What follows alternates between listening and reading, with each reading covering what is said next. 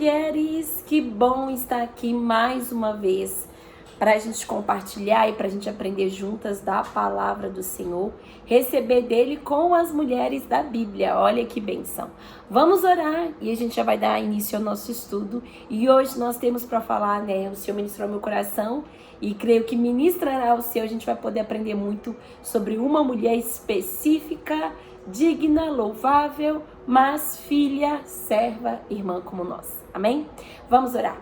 Senhor, obrigada por esse tempo, Deus. Eu oro para que mais do que sejam as minhas palavras, mais do que o logos que há em mim, em você é o rema, em você é a palavra viva de transformação, de vida, de alinhamento. Senhor, ministra a tua palavra sobre a vida de cada uma das tuas filhas. Ministra, Senhor, com pessoalidade. Ministra, Senhor, de forma específica.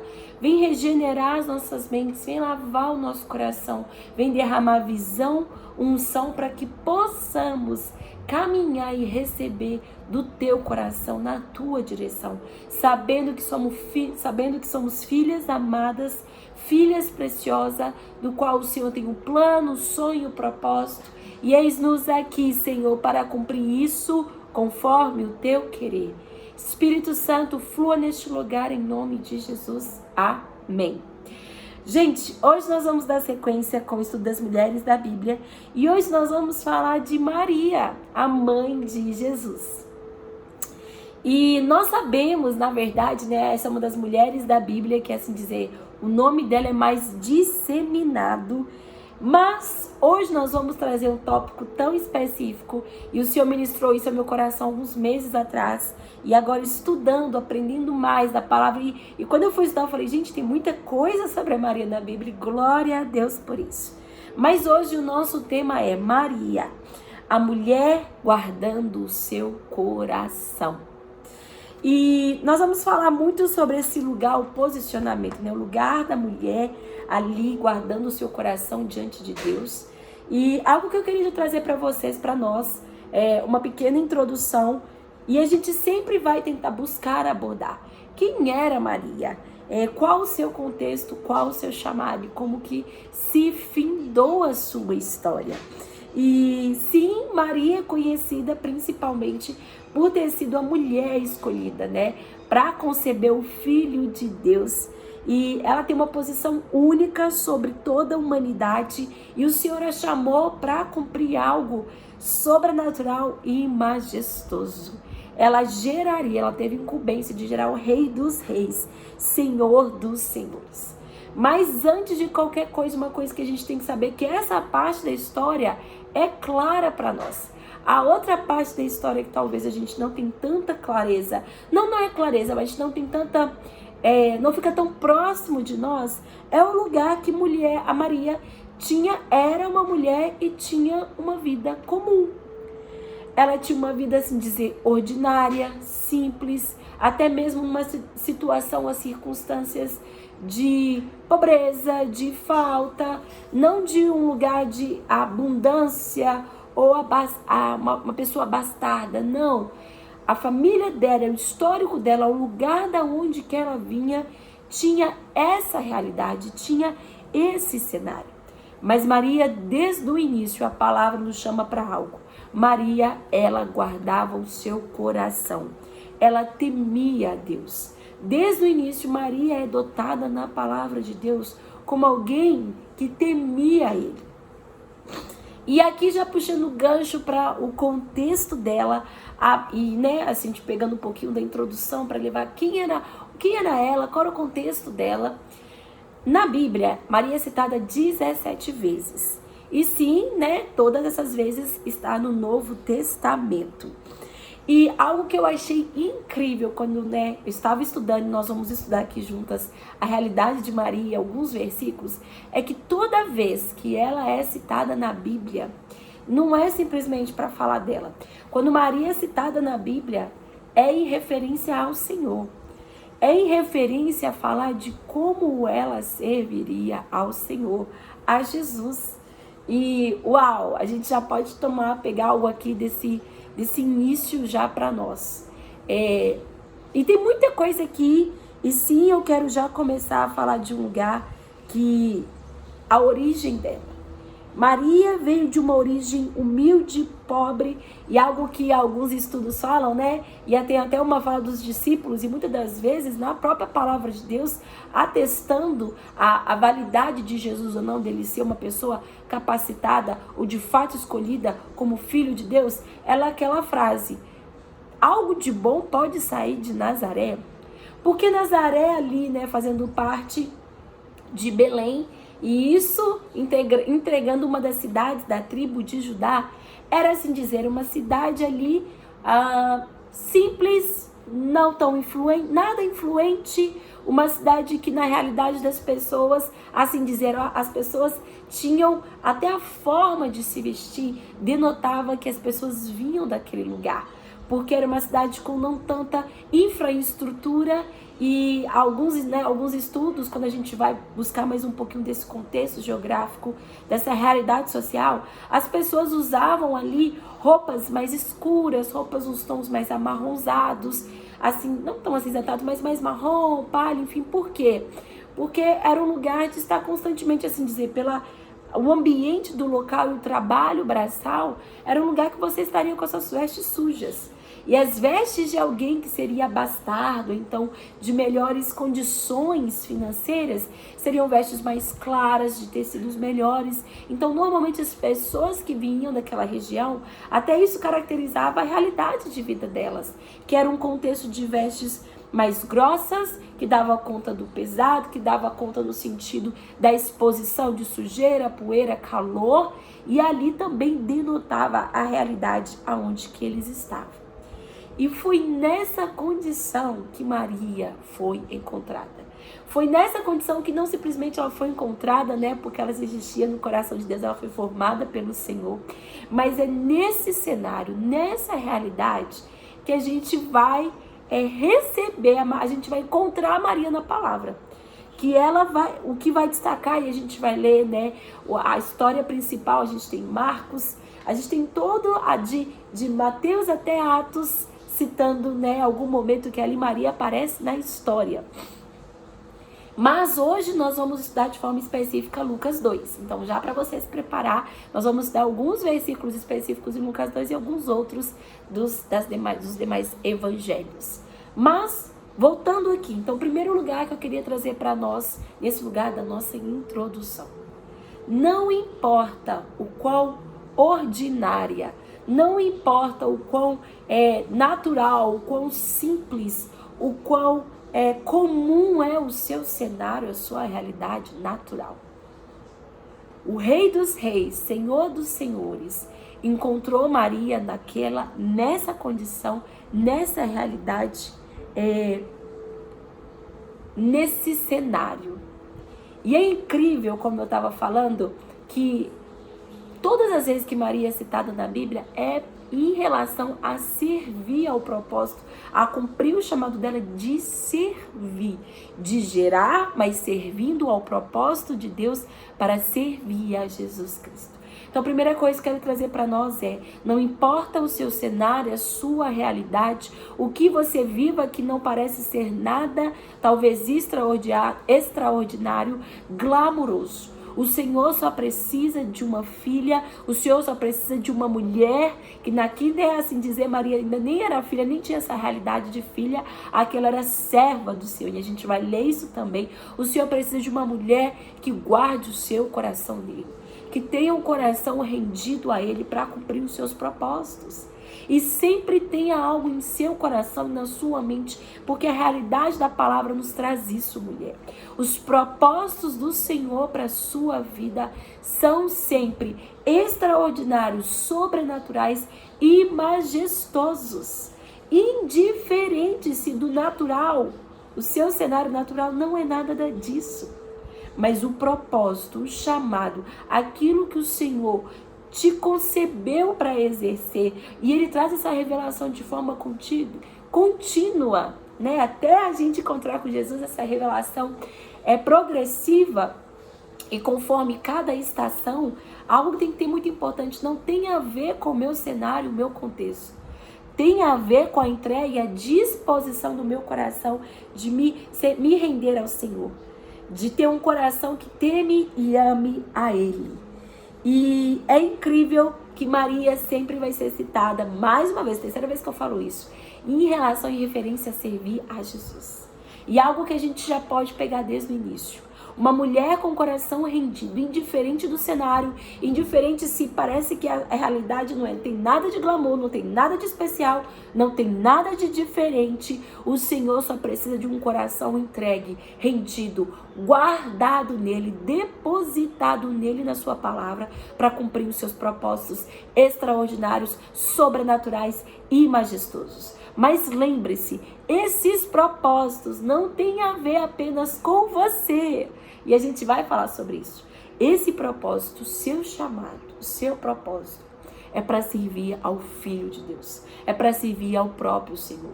Então, no final, o resultado não vai ser um resultado que vai simplesmente cair sobre você sendo reconhecida, você sendo definida perante os homens ou as pessoas. Não, a gente vai ver que Maria não foi essa a realidade. Mas Maria viveu coisas sobrenaturais, recebeu palavras incríveis, suportou dor, cumpriu o propósito, cumpriu o chamado e ainda terminou sua história de uma forma ainda mais gloriosa. E tudo isso porque, desde o início, o lugar que ela recebeu o chamado era um lugar de ser reconhecida por aquilo que ela era e aquilo que nós somos, servas do Altíssimo. E avançando um pouquinho mais, e para a gente trazer com mais proximidade o contexto dessa mulher, e também para que você se avalie o seu contexto e daquilo que o Senhor já ministrou sobre você, daquilo que o Senhor deseja e tem acrescentado de revelação, o que Ele quer que você cumpra. Maria nessa época, e como aparece, Maria na Bíblia? A gente vai se ater a Lucas 2. Quando começa a falar, na verdade, Lucas 1, na verdade. A gente tem alguma... E sim, Lucas 1, 2, 3, o início de Lucas, quando vai trazer a introdução da história de Jesus, que vai aparecer assim, o contexto, o pano de fundo, tanto da história de José, mas Maria. Mas algo que é importante a gente salientar, Maria era de origem humilde, era de uma origem pobre, de uma cidade não relevante. A palavra não cita a genealogia dela, as origens de fato familiares, mas a palavra cita que ela tinha uma irmã chamada Salomé. E essa irmã era casada com um homem chamado Zebedeu, e Zebedeu e Salomé tiveram 2 filhos, João e Tiago. Então, se você não sabe, João e Tiago eram primos diretos de Jesus também. Não apenas, assim dizer, João Batista, assim, ligado na aliança, não só de espiritual, mas de sangue. A gente sabe muito de João Batista, mas João e Tiago, e até bacana não, até especial esse detalhe, porque no fim da história de Maria vai fazer sentido também dessa ligação, dessa aliança. E algo que a gente tem que ter em mente, Maria, quando a gente começa a ler Lucas 1, quando a gente começa a ler o Lucas 1, a gente vai ler todo o chamado, assim dizer, de Maria, que é Lucas 1, tá 26 ao 38. Mas antes mesmo, um pouquinho disso, e Mateus também nos fala isso, mas Lucas traz um contexto maior, detalhes maiores sobre o histórico de Maria e José. Maria, ela era noiva de José. E nessa condição, antes mesmo dela receber o chamado, a Bíblia vai nos trazer isso, explicando também o lado de José, explicando também a realidade, um pouco aquilo que José e Maria enfrentariam nesse lugar de quando eles receberam o chamado. E algo que era incrível, algo que é importante a gente salientar aqui, é que para uma mulher, naquela realidade, gente, naquele contexto social histórico, ser uma mulher não era nada fácil. Ser uma mulher, na verdade, era algo até perigoso, ainda mais na realidade do Oriente Médio. Ser uma mulher naquela época e naquele contexto era algo difícil e perigoso. As mulheres eram consideradas segunda classe. O papel da mulher, assim dizer, elas eram propriedades ou do pai ou do marido. E desde novas, as mulheres tinham uma incumbência, aprender sobre as habilidades do lar, para assim poder cuidar da casa, poder cuidar dos filhos e sempre estarem dispostas a trabalharem. Então isso é algo muito bacana, e quando a gente vai estudar, Para a realidade e o contexto do homem, os homens tinham alguns momentos de prazer, de lazer, mas isso nem sempre fazia parte da rotina ou da cultura da mulher. E algo também do costume, do padrão da época, dessa região e dos povos do Oriente Médio, as mulheres eram desposadas, ou seja, entregues ao casamento desde muito novas, desde muito cedo. Para vocês terem uma noção geral, assim, básica, normalmente as parteiras ou mulheres específicas para isso, que tinham essa incumbência, né, de ajudar no nascimento e também de acompanhar, assim dizer, o desenvolvimento hormonal ou fisiológico ali das mulheres, das meninas da época, ali na média de 11 e 12 anos elas tinham um exame, e nesse exame as parteiras iam avaliar se elas já estavam entrando no ciclo de evolução ou não, né? Iniciando aquele ciclo ali menstrual da evolução do corpo da mulher. Ovulação do corpo da mulher, do sistema reprodutor. E nesse lugar, se as parteiras identificavam que aquela mulher, aquela menina, proximamente, ou então em breve, já estaria entrando, ou já estaria nesse ciclo de ovulação, ou já estaria entrando naquele ciclo, isso já anunciaria aos pais, seria sinalizado aos pais para que ela pudesse ser desposada. Ou seja, ali haveria um lugar de uma troca de contrato. Então, a primeira coisa que é importante saber, normalmente isso era uma cultura, e ainda em alguns lugares, em muitos lugares, em muitas tribos e culturas e nações, existe nesse padrão que a mulher, desde muito nova, ela é entregue para essa posição de se tornar mulher. A mulher não só de sair a transição de menina para mulher na questão fisiológica, mas assumir essa responsabilidade perante a sociedade. E claro que os tempos vão passando e nós vamos sendo renovados e transformados pela renovação da nossa mente. A gente não se acostuma no mesmo lugar e na mesma era. E glória a Deus por isso, porque o nosso Deus é um Deus progressivo. Mas trazendo para vocês o pano de fundo da realidade de Maria. Então tem algumas coisas, eu sempre trago isso para você pensar na sua realidade. Você puxar isso para você puxar isso para o seu contexto. E cada vez ficar mais claro e próximo aquilo que você teve que assumir desde nova, aquilo que você teve que tomar como responsabilidade. E claro, gente, sempre nos dois lados. A palavra nos puxa para um lugar de equilíbrio, mas tudo que é um lugar de extremo, ou muito novo, ou muito cedo, ou então muito tarde, muito depois, gera sim consequências boas e ruins para a nossa realidade de vida como mulher. Mas voltando aqui para Maria então possivelmente ela foi desposada, quando ela foi, assim dizer, teve a troca de contrato, porque o noivado naquela época não era uma coisa romantizada, como a gente traz os filmes que nós às vezes vemos em algumas séries, traz esse padrão do amor, de amor ser sempre algo, efêmero, né? Sentimento, não. Normalmente, né, o padrão daquela época era o contexto, o casamento era uma aliança e era uma troca de responsabilidade. O pai não teria mais essa preocupação de criar a filha, e a filha agora seria ali passada, como assim dizer, propriedade ou pertencente ao marido, e o marido exerceria não só a obrigação e a responsabilidade de cuidar dessa mulher, proteger essa mulher, mas ele teria alguém para ser cuidado, para cuidar dos interesses dele e da casa dele. Então, desde o início, desde muito novas, mesmo não casando diretamente, havia essa troca de contrato. Os pais das mulheres, das meninas, já buscavam, os pais e as mães, esse lugar de desposar as suas filhas. Então, por que isso é importante? Para a gente saber que possivelmente, isso, gente, é possivelmente, quando Maria recebeu o chamado para conceber ao Senhor, para gerar Jesus, possivelmente ela tinha ali entre 14 e 15 anos, no máximo 14 a 16. Ela era uma adolescente. E outro highlight, outro destaque aqui nesse momento, é que é muito importante a gente tomar para nós que não importa esse lugar da nossa idade.